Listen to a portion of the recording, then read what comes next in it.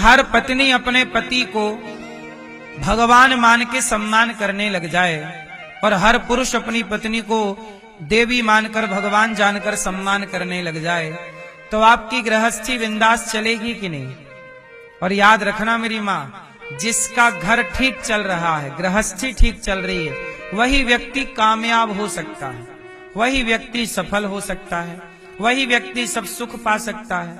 जो व्यक्ति अपने में प्रसन्न नहीं है, आपस का तालमेल ठीक नहीं है, वो क्या सुख पाएगा? वो लौकिक और पारलौकिक कोई भी सुख ना पाएगा। घर में खींचातानी होगी तो भगवान में भी मन नहीं लगेगा। भगवान में भी मन तब लगता है जब सब ठीक चल रहा हो। यदि जरा भी घर में कुछ ऊंच नीच चल रही है ना, तो भगवान में चित्त नहीं लगता। ये बात सही है कि गलत है ना? फिर पूरा ध्यान उस लड़ाई झगड़े में चला जाता है। इसलिए कहता हूं, समय रहते भगवान का चिंतन कर लीजिए। और रिश्तों में ठीक ठीक रिश्ते, आप कितने लोग रिश्ते को ठीक ठीक निभाना चाहते हैं? बढ़िया गृहस्थी चलाना कितने लोग चाहते हैं? चाहते हो? जो हाथ नहीं उठाए वो नहीं चाहते। तो गृहस्थी चलाने का मूल मंत्र क्या है? गृहस्थी चलाने के लिए सबसे बढ़िया मंत्र है सहनशीलता। देखो, पति जैसा है, अब देखो हमारे सनातन में ऑप्शन नहीं है। अच्छा, विदेशों में क्या है? ऑप्शन है। आजकल विदेश लोगों को अच्छा क्यों लगने लगा? विदेश दुनिया को अच्छा इसलिए लगने लगा क्योंकि वहां ऑप्शन है।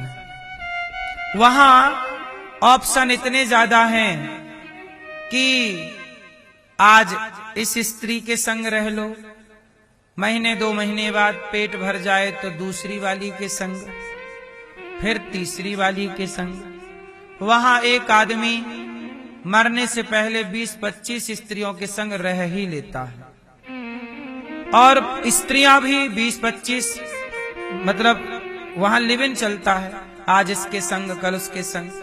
स्त्री पुरुष तो वहां ऐसे बदलते हैं जैसे कपड़े बदल रहे हो। और ये वहां का कल्चर है, वहां की ये परंपरा है। लेकिन वो परंपरा हमारे भारत से मैच नहीं करती, क्योंकि हमारा भारत मर्यादा वाला भारत है। लेकिन अब भारत के कुछ लोगों को भी वही वाला नशा लग गया है बदलते रहने का। इसलिए जब मैं लिव इन का विरोध करता हूं तो लिव इन के पक्षधर मेरा ही विरोध करने लग जाते, क्योंकि उनकी आदत हो गई है ना बदलाव की। हमारे यहां हम बदलाव नहीं चाहते। हमारे यहां सिस्टम में तो बदलाव हो, विकास तो हो, टेक्नोलॉजी में बदलाव हो, पर हमारे यहां बताओ, क्या मां बदलने का ऑप्शन है? क्या बदलते हुए भारत में क्या आप मां भी बदलने लग जाओगे कि चलो ये मां बन गई 5-6 साल के लिए, अब इसको बना लेते हैं? बाप बदलने का ऑप्शन है? हमारे सनातन की खूबसूरती यही है कि यहां ऑप्शन नहीं है। यहां बाप बदलने का ऑप्शन नहीं है, मां बदलने का ऑप्शन नहीं है, ऐसे पति और पत्नी बदलने का भी ऑप्शन नहीं है। जो है वो है, स्वीकार करो। तुम्हारी मां अंधी है तो स्वीकार करना पड़ेगा तुम्हारी मां है। तुम्हारी मां लंगड़ी है, स्वीकार करना पड़ेगा तुम्हारी मां है। तुम्हारी मां काली है, स्वीकार करो काली है। तुम्हारी मां गोरी है, स्वीकार करो। ऐसे ही तुम्हारी पत्नी अंधी है, लंगड़ी है, गोरी है, तुम्हारा पति अंधा है, लंगड़ा। हमारे यहां विकल्प नहीं है, और विदेशी परंपरा में विकल्प है।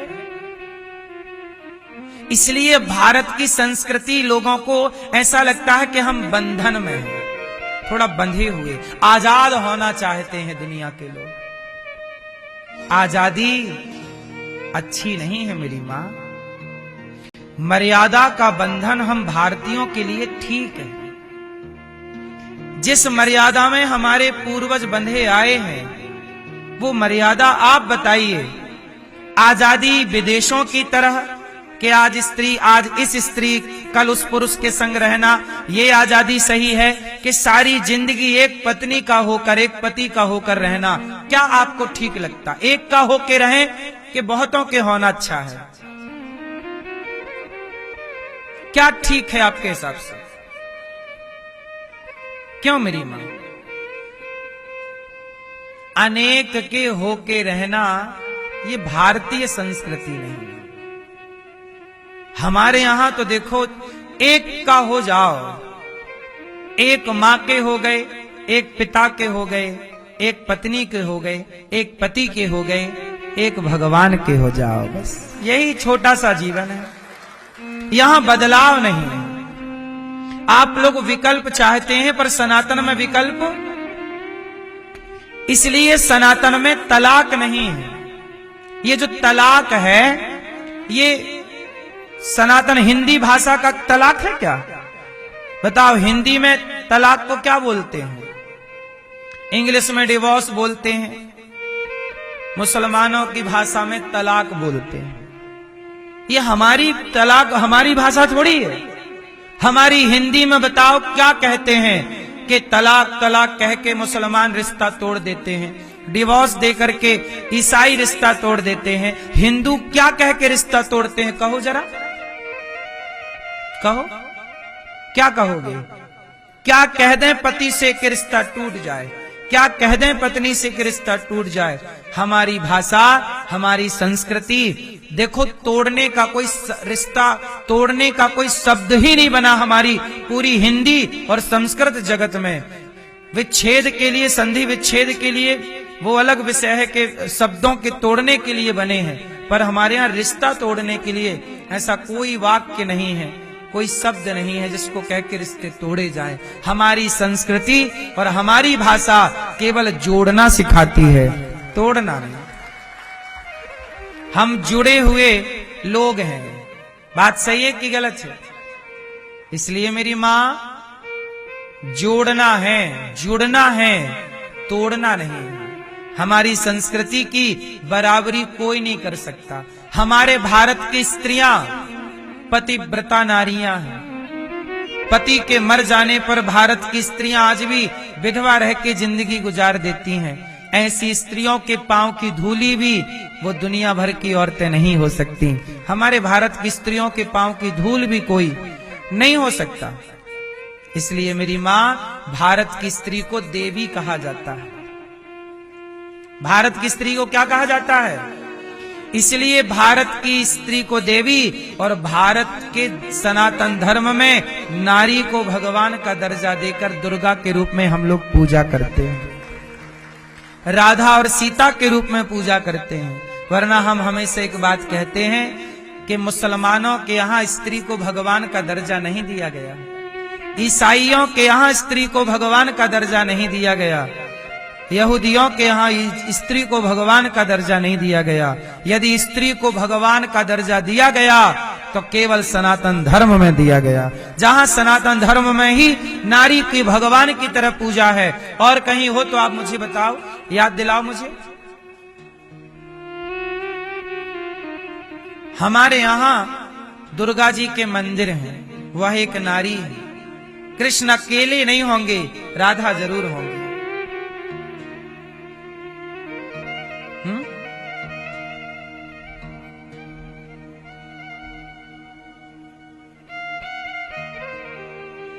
इसलिए सनातन धर्म श्रेष्ठ है। सनातन को जानो, सत्संग करोगे थोड़ा थोड़ा समझ में आएगा। भगवान क्या है, देवता क्या है, ये सब अंतर जानो। हमारे यहाँ किन किन की पूजा है? पंचदेव उपासना, 5 की पूजा है। ये सब जानना सनातन का बेसिक रूल्स हम सबको जान लेना चाहिए, बेसिक चीजें जान लेनी चाहिए, ताकि कंफ्यूज, आज सनातनी कंफ्यूज हैं कि राम की पूजा करें कि कृष्ण की, कि दुर्गा जी की करें कि शंकर जी की। वो ये जानते ही नहीं कि यह एक के ही अंग हैं। अच्छा बताओ, अपना हाथ उठाओ जरा, एक हाथ है? बोलो हाथ एक है कि 2? अभी उठाया कितने हैं? एक हाथ है। अब जरा पंजा खोलो, एक हाथ में उंगली कितनी है? एक हाथ में जैसे उंगली 5 है, ऐसे एक भगवान के 5 स्वरूप हैं, वही पंचदेव है। मैं गिना देता हूं, कंफ्यूजन खत्म हो जाएगी। 5 कौन कौन? सनातन में 5 की पूजा है, छठवें किसी की पूजा नहीं है। वेद में मंत्र भी 5 के हैं, छठवा किसी का मंत्र नहीं है। सुनो, हमारे यहां 5 की पूजा है। पहली पूजा भगवान नारायण, जिन्हें विष्णु कहते, चाहे विष्णु कहो, चाहे हरि कहो, चाहे नारायण कहो, चाहे राम कहो, चाहे कृष्ण कहो, बिहारी जी कहो, द्वारिकाधीश जी कहो, जगन्नाथ जी कहो। बात पहले देव कौन? भगवान श्रीमन नारायण। दूसरा भगवान शिव। कौन?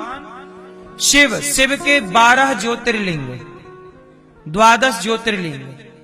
और शिव कहो चाहे हनुमान कहो, बात एक ही। चाहे 12 ज्योतिर्लिंग कहो, महाकाल कहो, महाकालेश्वर कहो, या आप उज्जैन, चाहे काशी जाओ, केदारनाथ जाओ, कहीं भी जाओ, जो शिवलिंग मिलेंगे, नाम अलग अलग होंगे सबके। 12 ज्योतिर्लिंगों के नाम अलग अलग, पर हैं वो शिव। तो पहले भगवान विष्णु, दूसरे भगवान शिव, तीसरी है माता दुर्गा। दुर्गा बोले तो 52 शक्तिपीठ। हमारे भारत में हर क्षेत्र में एक देवी जी का मंदिर है। चाहे कामाख्या ले लो, काली ले लो, दुर्गा ले लो, चाहे केला माता ले लो, विंध्यवासिनी माता ले लो, और चाहे शारदा माता ले लो, सबके आसपास कोई ना कोई देवी का मंदिर है। बोलो हाँ या ना? 52 रूप में है देवी शक्तिपीठ। कितनी है? 52। ये दुर्गा एक ही 52 भागों में डिवाइड है, एक देवी। उन्हीं को आप लोग वैष्णवी मैया कहते हैं, वैष्णव देवी कहते हैं, ज्वाला मां कहते हैं, काली, महाकाली, भद्रकाली, तमाम नाम है। कोई भी नाम आप दे सकते हैं, जो भी आपके यहां नाम बोला जाता होगा। 3 हो गई। चौथे गणेश जी, गणपति बप्पा गणेश जी। और 5वें हैं भगवान सूर्य। हमारे सनातन की पहली पूजा सूर्य भगवान से स्टार्ट होती है। 1 लोटा जल सूर्य भगवान को। कितने हो गए? और हाथ कितने हैं? मूल में एक नारायण 5 भागों में विभक्त हैं। किसी को राम जी अच्छे लगते हैं तो किसी को कृष्ण जी, किसी को शंकर जी अच्छे लगते हैं, किसी को दुर्गा जी, किसी को गणपति अच्छे लगते हैं, किसी को सूर्य। तो मैं इनमें से जो अच्छे लग रहे हैं सबकी आराधना, जैसे नदियों का पानी किसी भी नदी का हो पहुंचता समुद्र में ही है, ऐसे इन 5 को प्रणाम करोगे तो वह प्रणाम भगवान नारायण को ही माना जाएगा। इसलिए इनमें भेद नहीं है, ये भेद आपको अज्ञानवश दिखता है। ये 5 एक, जैसे गाय है, गाय के थन कितने होते हैं? एक थन वाली गैया आपके यहां पाई जाती है?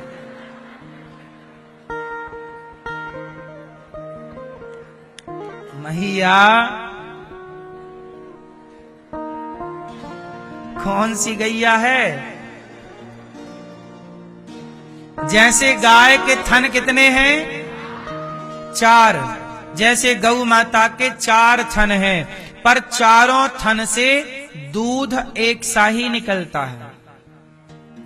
थन कितने हैं?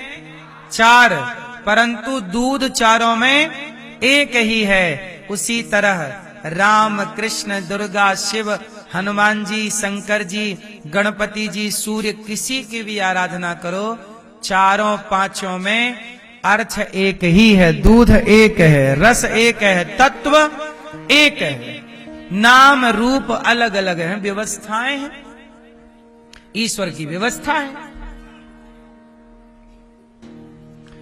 कंफ्यूजन ना हो, ये सनातन का ये बेसिक ज्ञान है, ये जान लेना चाहिए, वरना बहुत कंफ्यूज रहता है लोगों के अंदर।